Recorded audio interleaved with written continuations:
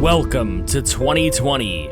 COVID-19 is sweeping not only the United States, but the world. It is a time of great panic and uncertainty. Heck, every artist and band is writing songs about it. Rams owner Stan Kroenke, who has built his business empire on real estate and commercial buildings, lost out big. Nearly 80% of the stores that rented out his buildings closed and could not pay rent, having lost a lot of the financial power he has built over the years. He put the controlling stake in ownership of the Los Angeles Rams up for sale. With the team being in LA, he didn't get many takers. However, there was one former Rams great who still loves the Rams from his playing days. A former bagger at a grocery store who started playing for the Rams to eventually become Super Bowl champion. After his playing days, Kurt Warner took to buying businesses of his own, grocery stores. Well, during this pandemic, business is booming. Kurt Warner was able to negotiate a deal to purchase the LA Rams at 15% above Kroenke's asking price. But there was a catch. The team had to be moved back to the Great Dome in St. Louis. Kroenke had one final request back. The stadium would be named after him. So, with the deal agreed to and complete, welcome to the Rams franchise on Madden 21.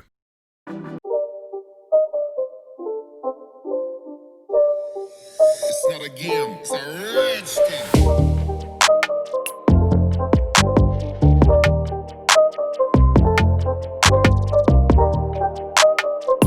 We'll look at the team we'll be working with to start this series, and then I will get into the format and the restrictions of the series. At quarterback, Jared Goff is being paid handsomely to be the mediocre starter with no real challengers on the roster. He's signed through 2024, so he will be hampering our cap big time for a while. If he has a great year this season, that's awesome. If not, we'll likely look for a veteran to push him. Running back is an interesting spot. Malcolm Brown is in a contract year and will be battling for the starting job with rookie Cam Akers out of Florida State. Darrell Henderson is a solid RB2 and will compete for carries as well. Then there's John Kelly, who has a slim chance to get carries in this backfield and may actually end up on the practice squad. The receiving core is strong for now. Robert Woods is signed for a semi-expensive 2 seasons, while Cooper Kupp and Josh Reynolds have expiring contracts. Van Jefferson is the team's second-round draft choice out of LSU, and he will certainly compete for a top 3 spot in this core. Tight end has depth for now as well, with Gerald Everett on a contract year. Tyler Higbee is being paid quite well over the next 4 seasons, and Bryson Hopkins, the 4th rounder out of Purdue, provides a third speedy receiving tight end threat. The final thing to talk about on offense are the Bulls up front, the offensive line. Andrew Whitworth is signed for 3 seasons at the anchoring left tackle spot. He's still a very solid option at left tackle, but at 38, who knows how many more seasons he has in him. Rob Havenstein, the right tackle now, has 3 years left on a big 4-year deal, and the third best lineman, Austin Blythe, is in a contract year. The final 2 spots on the line will be quite a battle. Austin Corbett, who was brought in from Cleveland for a 5th rounder this upcoming draft, will compete with Brian Allen, Bobby Evans, and David Edwards for the final 2 spots. Now let's talk about the side of the ball that turned the Madden 20 Washington franchise into a very successful one: the defense. If you missed the Madden 20 series, it'll be linked in a playlist at the end screen of this video if you want more franchise content from me. Make sure you like and subscribe as well for more franchise content, because that's all we do here. Anywho, onto the defense. The defense features one of the best D linemen in the game, if not the best, in Aaron Donald. He will anchor our defense through the 2024 season. Michael Brockers is being paid quite well in the final 2 years of his 3-year contract to come off the edge. A'Shawn Robinson will line up next to Aaron Donald in the 4-3. After that, there's a bit of a battle for the other D-end spot. We have Greg Gaines and Sebastian Joseph, who are more or less D tackles, and then Morgan Fox. The defensive line might need some work soon. However, not as much work as the linebacking core. Samson Ebukam is the team's best linebacker, but he's in a contract year. Leonard Floyd signed a one-year prove-it deal this offseason for $10 million that includes $5 million in bonus money. So with the two best linebackers on the team set to hit the free agent market, what depth is there? Well, not much. Most of the linebackers are unproven. However, all of their contracts expire after 2 seasons.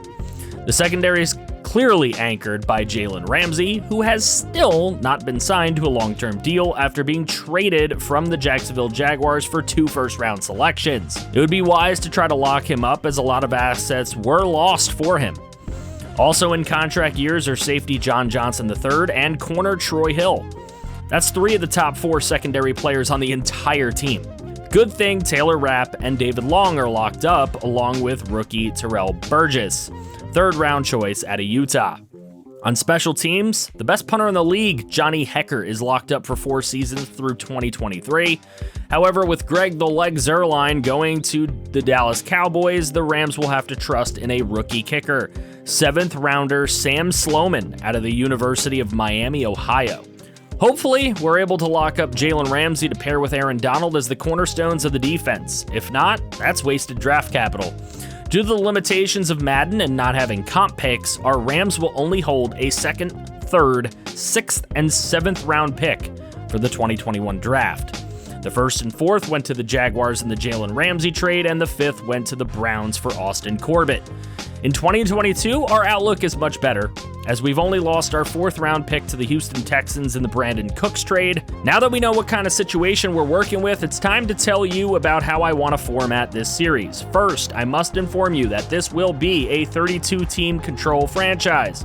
I want to have some control over what the AI is doing, mainly in the areas of free agent signing, drafting, and depth charts. I will allow all computer teams to re-sign players as they see fit, and then make sure that their free agent choices and draft choices make sense for their team. This way, we don't have the situation I had in Madden 20 where the Jets re-signed Le'Veon Bell and add Todd Gurley to the team when they have no wide receiver threats. Due to 32-team control, I can't just show scores at halftime like I did with the Washington series, because the games will all show at 0-0. So instead, I'm going to do something a little special for y'all. I'll be making a halftime highlight reel and post-game wrap-up show with highlights of games that have happened.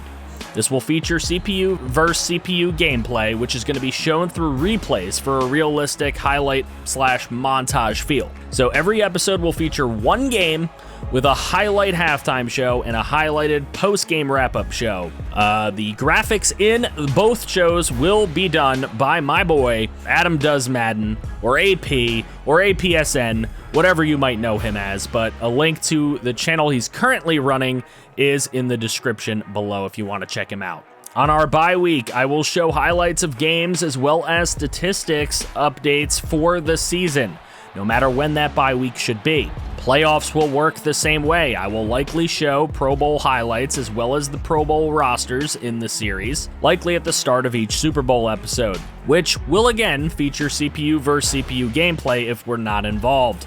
The main difference in this year's format will be off seasons. Since I have so much work to be done in each off season, I'll just be making off-season videos. With my work schedule, this also works out much better for me. However, I still want this series to be interactive and fun for you guys in some way. So, I'll be giving opportunities for you guys to get involved in a few different areas. 2 of them are absolutely free. Number 1 is you can make a draft prospect. You will have an opportunity to make a draft prospect each season for selection into each draft class. You can submit 1 per season, and the ones who follow the template the best will have the best chance to be selected. Channel members will get first priority and are guaranteed to have their players in the draft class. Number 2, we have off-season radio questions. Now, I'll be doing an off-season radio show, kind of like the in-season ones I did for the Washington series at the start of the series last year. You'll have an opportunity to send me via email or Twitter questions that will be answered regarding the team's season, draft outlook, and various off-season plans.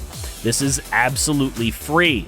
Just submit them when and as I request them, and the best and most professional sounding ones will be selected. Finally, the third opportunity is channel member influence. Now, I'm going to be making a special Discord server just for my channel members. You will get an invite to this server and have many opportunities based on your activity in that server to influence the series as far as who signs where and who drafts what.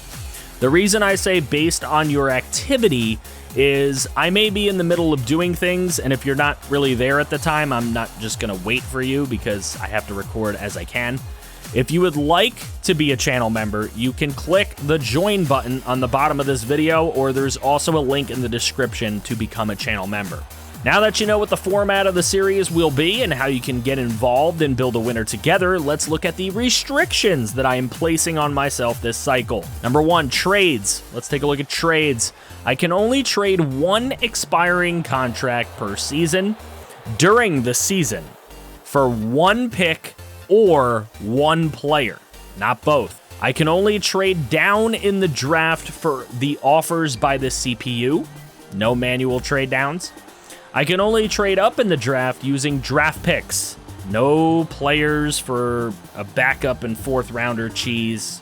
That crap to move up to the first, that can't be done. Just pure draft picks. I would have to give like a second, a third, and a fourth to move into the first or whatever. I can only trade players for one draft pick during the draft only. So aside from my one expiring contract that I can trade mid-season or preseason, I can trade as many players that I feel necessary during the draft, but I can only take the draft pick that the CPU team is willing to give me.